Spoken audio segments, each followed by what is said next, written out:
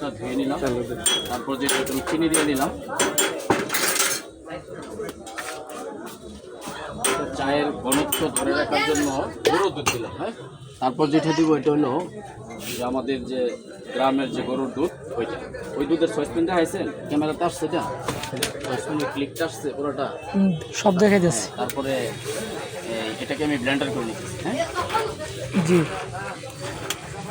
যদি চিনি কম বেশ হয় অবশ্যই আমাকে বলবে, আমি তো আমার কিছু দিয়ে দিলাম। কম বেশ হলে এটা আবার ব্লেন্ডার শেষ।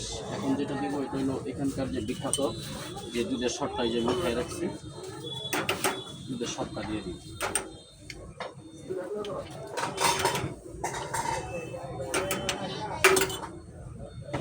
দুধের শট দিয়ে দিলাম। এবং কি লিগার, তারপর এটা চা দিতেছি। হ্যাঁ, চা।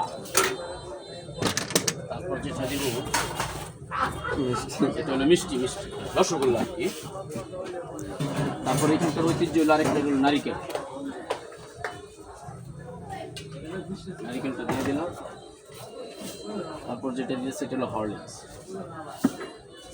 তারপর যেটা দিতেছি এটা হলো সাদা তিল। তো এখন এই চাটা আসলে খাওয়ার পরে বোঝা যাবে যে কী পরিস্থিতিতে আছে এটা। তো সুপ্রিয় দর্শক মণ্ডলী, তো যে যেখান থেকে আমাদের এই ভিডিওটা দেখতেছেন, আমাদের খুবই জনপ্রিয় যে চাটা বানায় সেটা হলো দুধমালাই। তো সকলকে চায়ের দাওয়াত রইল, চলে আসবেন ঐতিহ্যবাহী সাতখামের বাজার আব্দুল বাতিল স্পেশাল মালাই চায়ের আড্ডায়, শ্রীপুর, গাজীপুর।